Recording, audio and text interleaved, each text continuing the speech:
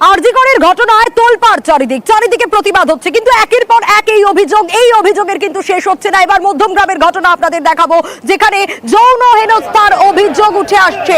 সেই ঘটনা আপনাদের দেখাবো। রীতিমতো বিক্ষোভের পরিস্থিতি, কারণ যৌন হেনস্থার অভিযোগ নাবালিকাকে, আর সেই অভিযোগ ঘিরে রীতিমতো ধুন্ধুমার। এই ছবিটা যেটা আপনারা দেখছেন, মধ্যমগ্রামের রাজবাটি এলাকার ছবি। উত্তেজনার পরিস্থিতি তৈরি হয়, অভিযুক্তের বাড়ি দোকান ভাঙচুর করে এলাকাবাসী, কিন্তু অভিযুক্তকে আড়ালের চেষ্টা করা হচ্ছে, এমনটা অভিযোগ।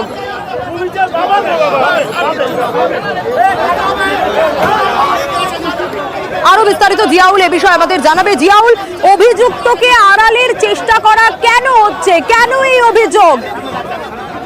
একদম দেখো, মধ্যমগ্রামের রাজবাটি এলাকায় এক নাবালিকাকে ধর্ষণ, শারীরিক নির্যাতন অর্থাৎ যৌন হেনস্থা করা হয়েছে এমনটা অভিযোগ তুলে যখন পঞ্চায়েত সদস্য সেই বাড়িতে, অর্থাৎ এই যে নাবালিকার বাড়িতে গিয়ে একটা সেটিং তথ্য দেন, অর্থাৎ অর্থের বিনিময়ে মিটিয়ে নেওয়ার একটা তথ্য তিনি সামনে আনেন, এবং এরপরই এলাকার মানুষ উত্তেজিত হয়ে যায়। কেন পঞ্চায়েত সদস্য এই অভিযুক্তকে আড়াল করার চেষ্টা হচ্ছে, এই অভিযোগ তুলে এলাকার মানুষজন প্রথমে অভিযুক্তর বাড়ি ভাঙচুর করে এবং তারপরে এই পঞ্চায়েত সদস্যর বাড়ি গিয়ে ভাঙচুর করে, দোকানে ভাঙচুর করে। কেন তিনি এক অভিযুক্ত, অর্থাৎ যৌন নির্যাতনের মতন গুরুত্বপূর্ণ একটি অভিযোগ, সেখানে কেন তিনি পঞ্চায়েত সদস্য থেকে আড়াল করার চেষ্টা হচ্ছে, এই অভিযোগ তুলেই এলাকায় একটা ধুমধুমার পরিস্থিতি তৈরি হয়। খবর পেয়ে মধ্যমগ্রাম থানার বিশাল পুলিশ বাহিনী সেখানে যায়।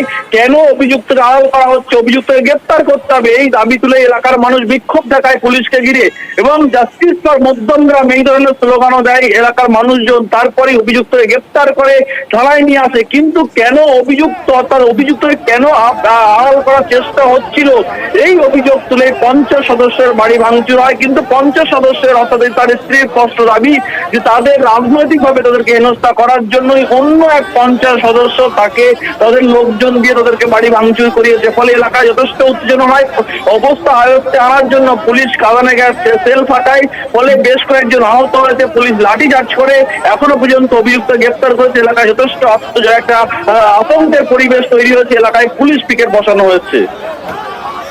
বেশ, এই পঞ্চায়েত সদস্য যিনি অভিযুক্তকে আড়াল করার চেষ্টা করছেন বলে অভিযোগ, তার স্ত্রী কি বলছেন শোনাবো। আমরা ভালো কাজ করেছি গ্রামের জন্য।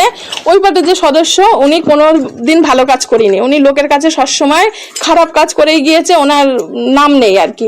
আমরা ভালো কাজ করেছি জনগণের জন্য। রাত 12টা 1টা আমার হাজব্যান্ড উঠে চলে যেত, ফোন আসলেই চলে যেত। ওইটা ওনার হিংসা। সিপিএম এর লোকেরা টিএমসির ওপরে হামলা করেছে।